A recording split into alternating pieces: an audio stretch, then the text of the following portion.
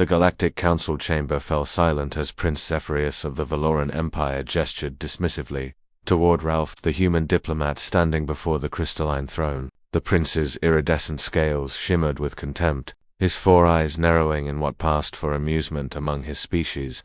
You wish to forge an alliance between your primitive Earth and our glorious empire. Zephyrus's translator device rendered his clicks and whistles into cold, mechanical English. There is only one way a creature as aesthetically challenged as yourself could possibly join our bloodline. Ralph kept his expression neutral, though his jaw tightened imperceptibly. Behind him, Nellie adjusted her dark glasses and tilted her head, listening intently to every word through her own translator earpiece. My sister, Princess Nalara, lost her sight in a solar flare accident, the prince continued, his voice dripping with mockery. She can't see how utterly repulsive your species is. The council might accept a union between you two. After all, what she cannot see cannot offend her delicate sensibilities. Laughter rippled through the assembled alien dignitaries. The Valoran court had never hidden their disdain for humanity's appearance, their soft skin, their bilateral symmetry, their disturbing lack of sensory tendrils. To the galaxy's elder races, humans were the universe's unfortunate mistake. Ralph glanced back at Nellie, his research partner and closest friend for the past 3 years. She stood perfectly still, her white cane resting against her arm, her face betraying nothing, but he knew her well enough to see the slight twitch at the corner of her mouth, not hurt, but calculation.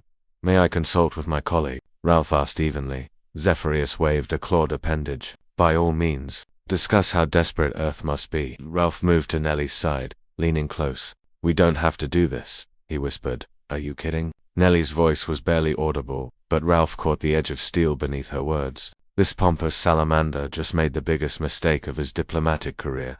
Nellie, Ralph, I didn't spend 6 years studying xenobiology and Valoran culture to walk away now. Besides, she smiled slightly, I want to meet this princess. Something tells me she's not what her brother thinks she is. Ralph straightened. The human delegation accepts Princess Zephyrius's proposal. I will meet with Princess Laura.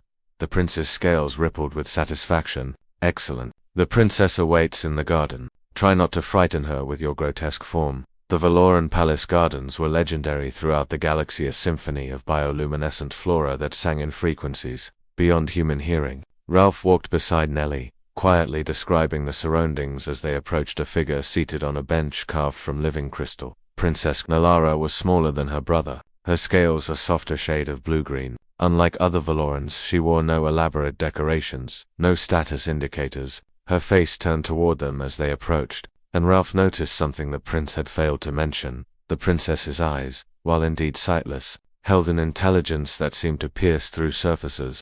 You must be the human, Nalara said, her voice unfiltered by translators. She had learned English herself. My brother believes he's made a clever joke at your expense. Your Highness, Ralph began, but Nellie stepped forward. Princess Nalara, I'm Nellie, Ralph's colleague. I'm also blind, and I have to say, your brother's an idiot. Ralph nearly choked. Nalara's expression remained neutral for a heartbeat. Then she laughed, a genuine sound, not the mechanical politeness of diplomatic exchange. Finally, the princess said, someone with the courage to state the obvious. Please, sit. Both of you. As they settled onto the bench, Nalara continued, my brother thinks blindness makes me weak, makes me less. He doesn't understand that I perceive the galaxy differently, not deficiently. I sense the electromagnetic fields around living beings, feel the vibrations of truth and lies in voices, taste the chemical signatures of emotion. That's remarkable, Nellie said. Humans are only beginning to develop technology that mimics those abilities. Yes, I know. I've studied your species extensively. Nalara turned toward Ralph. Your people are considered ugly by galactic standards because you're so different from the established template. But difference isn't ugliness, it's innovation. Ralph felt something shift in his understanding. You wanted this meeting. I suggested it to the council months ago, Nalara confirmed. My brother simply thinks it was his idea. The Valoran Empire is stagnating, drowning in our own superiority. We need fresh perspectives, new alliances. But the council would never accept a human partnership unless it came with cultural integration. A marriage, Nellie said. Precisely. One that would bind our peoples and force the galaxy to recognize humanity as equals. Nalara paused. But I won't ask anyone to sacrifice themselves for politics. Ralph, if you choose to walk away, I'll understand.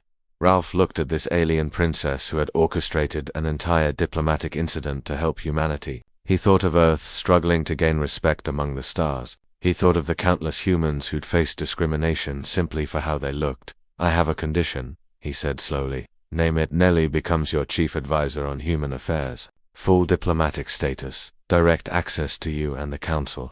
Nalara smiled. I was hoping you'd say something like that. Agreed. Nellie cleared her throat. You two know I'm right here, right? And that I can speak for myself. Of course, Nalara said warmly. Would you accept the position? Absolutely. Someone needs to educate these scaled snobs.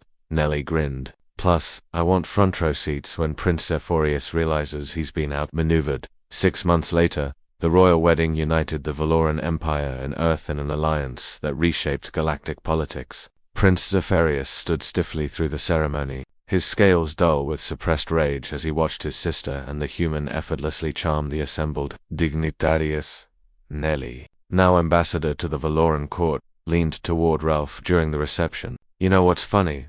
The prince was right about one thing. You are kind of ugly. Ralph laughed. Thanks a lot. But, Nellie continued, her expression thoughtful, so is everyone else when you judge them by the wrong standards. Nalara taught me that. She sees with her mind, her heart. Maybe that's not blindness at all. Maybe that's the clearest vision in the galaxy. Across the hall, Princess Nalara felt the electromagnetic warmth of her new husband's genuine smile, tasted the chemical signature of joy in the air, and knew that sometimes the greatest strength was seeing beyond what others insisted was important.